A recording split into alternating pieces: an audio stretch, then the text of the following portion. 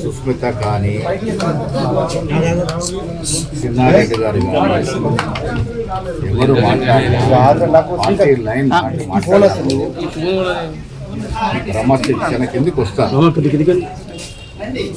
కొండా సురేఖ్ గారు ఏళ్ల తరబడి రాజకీయాల్లో ఉన్నారు. వారంటే మా అందరూ కూడా గౌరవం. పార్టీ లైన్ దాటి కొండా సుస్మిత గారు మాట్లాడినట్టు వ్యవహారం చాలా బాధాకరం. దాన్ని తీవ్రంగా ఖండిస్తూ ఉన్నాం.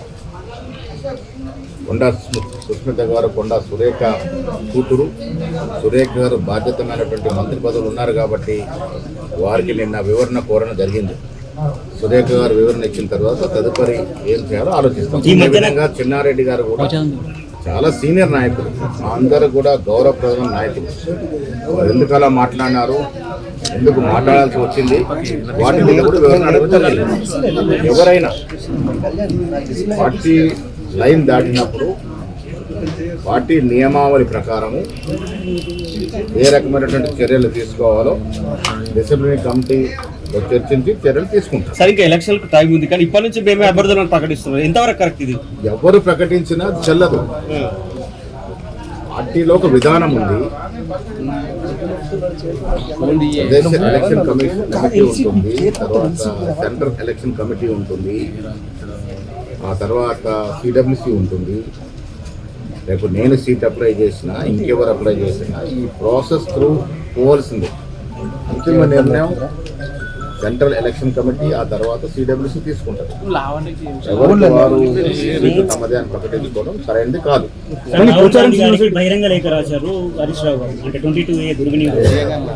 22A విషయంలో అనవసరం రాజంతా కింది లెవెల్లో జరిగినటువంటి తప్పిదాన్ని మా దృష్టికి రాగానే మేము ఆ రోజు గుక్కల్ వెళ్తున్నటువంటి సమయంలో పొంగులేటి గారు, నేను, ముఖ్యమంత్రి గారు చాపర్లో వెళ్తున్న సమయంలో ఇది చర్చకు వచ్చింది. సీఎం గారు అక్కడే పొంగులేటి గారు చెప్పడం జరిగింది. మొత్తం సమీలంగా దీన్ని పరిశీలించి ఎక్కడ లోపం జరిగింది దీన్ని తెలుసుకొని తగు చర్యలు తీసుకోవాల్సిందిగా సీఎం గారు చెప్పడం జరిగింది. ఇది ప్రజాప్రభుత్వం. గతంలో మాదిరిగా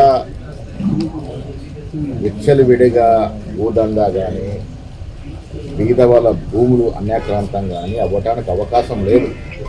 చిన్న తప్పిదం జరిగింది, సాక్షాత్ రెవెన్యూ మంత్రి గారే ఇది లోపం జరిగింది ఒప్పుకోవడం, ఇవన్నీ చూసాం. దాన్ని సరి చేశారు కూడా. ఇప్పటికైనా చెప్తా ఉన్నా, మా ప్రభుత్వంలో ఏ సామాన్యుడికి అన్యాయం జరిగినా గాంధీ భవన్ తలుపులు కట్టవచ్చు. కొండా సుస్మితకు కాంగ్రెస్ కొండా సుస్మిత గారు, కొండా సురేఖ్ గారు కాంగ్రెస్ లో మంత్రి కావచ్చు.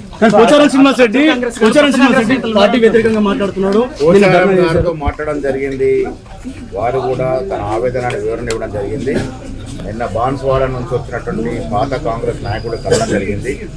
మీరు ఇటీవల చూస్తుంటారు, సొసైటీలు కానీ, టెంపుల్ కమిటీస్ కానీ, మార్కెట్ కమిటీస్ కానీ నియామకంలో 2014-15 నుంచి కాంగ్రెస్ పార్టీ కోసం పోరాడినటువంటి 2023లో అధికారులు రావడానికి కారణమైనటువంటి సీనియర్ కాంగ్రెస్ నాయకులు, అది మండల కాంగ్రెస్ అధ్యక్షుడిగా పనిచేసిన వారు కావచ్చు, బ్లాక్ కాంగ్రెస్ అధ్యక్షుడిగా పనిచేసిన వారు కావచ్చు, జిల్లా కాంగ్రెస్ వివిధ హోదాలో పనిచేసిన వారు కావచ్చు, 70% పదవులు. ఒకవేళ ఒక నియోజకవర్గం 20 సొసైటీలు ఉంటే దాంట్లో 14 సొసైటీలు పాత కాంగ్రెస్ ఏళ్ల తరబడి కాంగ్రెస్ పార్టీ కోసం సేవలు అందించే వారికి ఇవ్వడం జరుగుతుంది.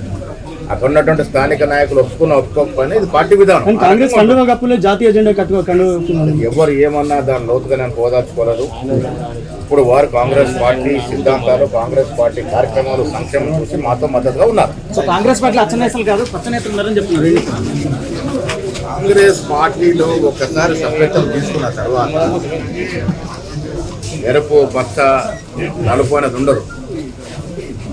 వాళ్ళు ఎవరి గురించి మాట్లాడినా ఒకసారి కాంగ్రెస్ ప్రభుత్వ సభ్యత్వం తీసుకుంటే వారు పరిపూర్ణమైన కాంగ్రెస్ కార్యకర్తగానే పరిగణిస్తాం.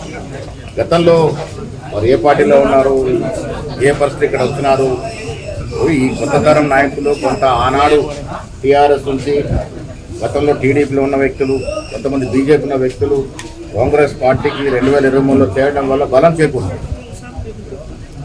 కాంగ్రెస్ పార్టీ అధికారంలోకి వచ్చిందంటే ఆనాడు ప్రతి కాంగ్రెస్ కార్యకర్త చెమటోడికి పనిచేశారు. వాళ్ళకు 60-70% అది రావడానికి దోహదపడితే ఒక 20-30% కొత్త వాళ్ళతో కూడా లాభం చేకూర్చింది. సో అందుకే పాత కొత్త కలయిక, పాత వరకే ఎక్కువ ప్రాధాన్యత ఉంటుంది, వారితో పాటు కొత్త వాళ్ళని కలుపుకొని పోతాం. ఇది పార్టీ విధానం. బీసీలను అనగదొక్కుతున్నారు అనే విషయంలో ఏం చెప్తారు సార్ ఒక బీసీ నాయకుడిగా? ఏ బీసీ అనుకుంటున్నారు? కాంగ్రెస్ పార్టీలో బీసీలు కాంగ్రెస్ పార్టీలో బీసీలకు ఎస్సీలకు ఇచ్చినటువంటి మైనార్టీలకు ఇచ్చిన ప్రాముఖ్యత ఏ ఇతర పార్టీలో వస్తుందా? టీఆర్ఎస్ పార్టీ అధ్యక్షుడు ఎవరు, ముఖ్యమంత్రి ఎవరు? వాళ్ళ మా కాంగ్రెస్ పార్టీలో ముఖ్యమంత్రి ఒక అగ్రవర్ణానికి చెందినవాడైతే బీసీ వర్గానికి చెందిన పీసీ అధ్యక్షుడు, దళిత వర్గానికి చెందిన భట్టి గారు డిప్యూటీ సీఎం, మరొక దళిత నాయకుడు ఇవాళ స్పీకరు. ఎవరు ఏ వర్గానికి సముచితంగా న్యాయం చేస్తూ ఉన్నారు? కాంగ్రెస్ పార్టీ తప్ప ఈ దేశంలో ఏ ఇతర పార్టీ సామాజిక న్యాయానికి కట్టుబడి లేదు. ఆ సామాజిక న్యాయం చేసే దమ్ము ధైర్యం కాంగ్రెస్ పార్టీకి మాత్రమే ఉంది. దానిలో భాగంగానే కదా కుల సర్వే చేశాం. ఈ దేశంలో ఎవరైనా ఏ ప్రభుత్వం కుల సర్వే చేసిందా? మరి కుల సర్వే చేసినప్పుడు ఎవరు ముఖ్యమంత్రి? ఇక్కడ ఒక రెడ్డి ముఖ్యమంత్రి కదా. కాంగ్రెస్ విధానం దీన్ని ఆలోచించి దీన్ని సమూలంగా పరిశీలించి మాట్లాడాలి. ధన్యవాదాలు.